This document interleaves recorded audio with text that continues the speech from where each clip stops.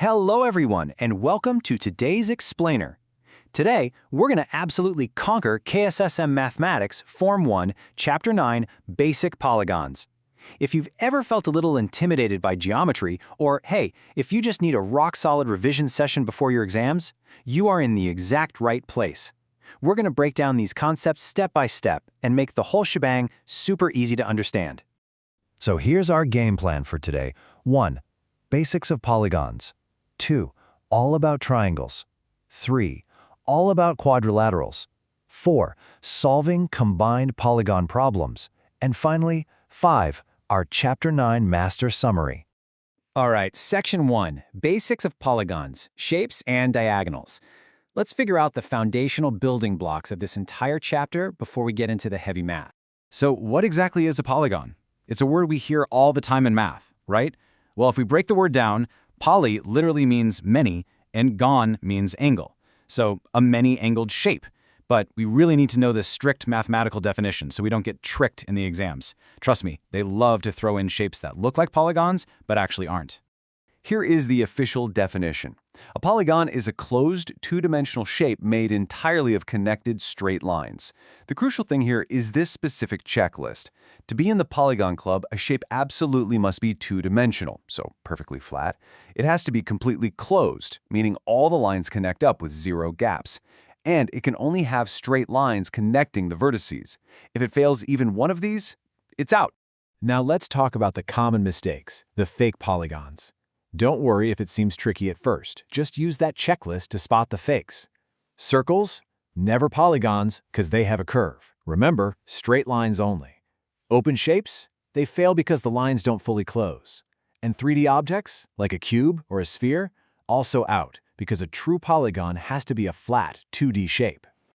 When it comes to naming these shapes, it's all about how many sides they have. 3 sides, we've got the classic triangle. 4 sides is a quadrilateral. Then we move to the pentagon with 5, hexagon with 6, heptagon with 7, octagon with 8, nonagon with 9, all the way up to a 10-sided decagon. Try to get these memorized because they pop up all the time. Oh, and here's a really neat shortcut. The number of vertices, or corners, is always exactly equal to the number of sides. Okay, moving on. Sometimes exams are going to ask you to calculate the number of diagonals inside a polygon. Now, a diagonal is just a straight line joining two non-adjacent vertices.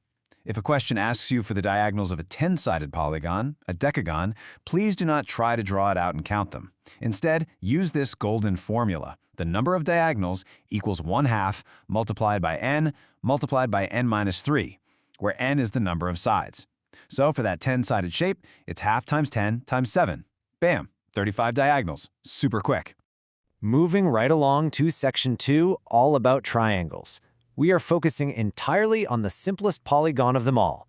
3 sides, which actually means 0 diagonals, but there's still a ton to unpack here. 180 degrees. This is your magic key for triangles. Memorize it. Write it down. Literally never forget it. It doesn't matter what kind of triangle we're talking about, whether the sides are all totally different lengths, if it's a right-angled triangle, acute, obtuse, whatever. The sum of all its interior angles will always add up to exactly 180 degrees. Now, it's absolutely crucial to know the difference between an equilateral triangle and an isosceles triangle based on their hidden properties. An equilateral triangle is perfectly balanced. All the sides are the exact same length, every single interior angle is 60 degrees, and it boasts 3 axes of symmetry. An isosceles triangle, on the other hand, only has 2 sides of the same length. That means only its 2 base angles match, giving it just 1 axis of symmetry. Knowing these facts is a total lifesaver when a question doesn't give you all the angles. Let's actually solve for x in a triangle together to see this in action. Say we have a triangle where we know 2 angles, 92 degrees and 37 degrees, and we got to find the third one, x. Step 1, remember the golden rule. The total is 180.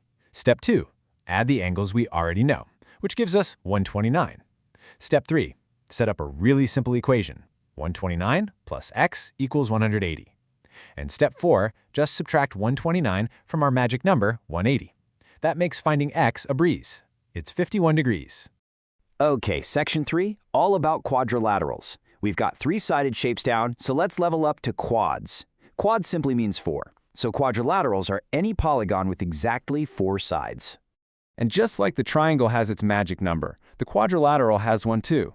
The sum of all interior angles for any quadrilateral, square, rectangle, kite, trapezium, you name it, is always exactly 360 degrees. Let's lock that 360 into our brains right now. Let's check out a really common exam comparison: the square versus the rhombus. Both have 4 equal sides and opposite parallel sides, but a square is perfectly upright. It has rigid 90-degree interior angles and 4 axes of symmetry. A rhombus, though, it's kind of like a square that got pushed over. The sides are still the same length, but the angles shift, so only opposite angles are equal now, and it drops down to just 2 axes of symmetry. Let's put that quadrilateral magic number to work and solve for y. Say we're given a 4-sided shape with 3 known interior angles: 80 degrees, 52 degrees, and 145 degrees. How do we find that 4th angle, y? Well, it's the exact same logic we use for triangles.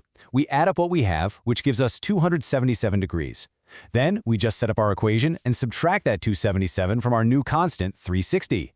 360 minus 277 leaves us with 83 degrees for y. Easy peasy when you know the rules, right? All right, Section 4, solving combined polygon problems. Because let's be real, exams rarely just give you one shape sitting all by itself. They love to smash them together. So let's see what happens when triangles and quadrilaterals meet straight lines. Before we tackle a combo problem, we need one last tool, the straight line rule. Whenever you see shapes sitting on a straight line, remember that a straight line is basically just a flat 180-degree angle. That means if you take an interior angle of a shape and add its adjacent exterior angle right next to it on that straight line, the two of them must add up to 180 degrees. This is a real game changer for moving between different shapes in a problem. Let's walk through a pretty complex combo puzzle together. Imagine a parallelogram connected to an isosceles triangle, both sitting on a straight line. First, we lean on what we know. A parallelogram's opposite angles are always equal. So if one interior angle is 112 degrees, the opposite one is also 112. Next, we use that straight line rule. The angle sitting directly next to that 112, right inside the adjacent triangle, is 180 minus 112. That's 68 degrees. Now, because that triangle is isosceles, both of its base angles are 68. Finally, the triangle rule. 180 minus those two 68-degree base angles leaves us with the top angle, y, coming in at 44 degrees. See? It's just like a giant puzzle. Take it step by step, and nothing is too hard. And that brings us to Section 5, Chapter 9, Master Summary. We have covered a ton of ground in this explainer, so let's lock it all in with a quick power summary. Here are the absolute golden rules you need to memorize. 1. The number of vertices is always the same as the number of sides. 2. The diagonals formula is 1/2 times n minus 3. 3. A triangle's interior angles always sum to 180 degrees. 4. A quadrilateral's interior angles sum to 360 degrees. And 5. An interior angle plus its adjacent exterior angle on a straight line always equals 180 degrees. Honestly, if you master these 5 rules, you're going to have the confidence to tackle literally any basic polygon question they can throw at you. Now, I want to leave you with one final, slightly mind-bending thought to ponder. We know a 3-sided shape adds up to 180 degrees, and a 4-sided shape is 360. As we keep adding sides, those interior angles just keep getting larger. So, what pattern emerges as a polygon gets closer and closer to having infinite sides? Think about it. A shape with infinite, tiny straight sides actually starts to look exactly like a circle. The very shape we disqualified from being a polygon at the start. Kinda cool, right? Anyway, I really hope this explainer has made Chapter 9 a total breeze for you. Keep practicing, and I'll catch you in the next explainer.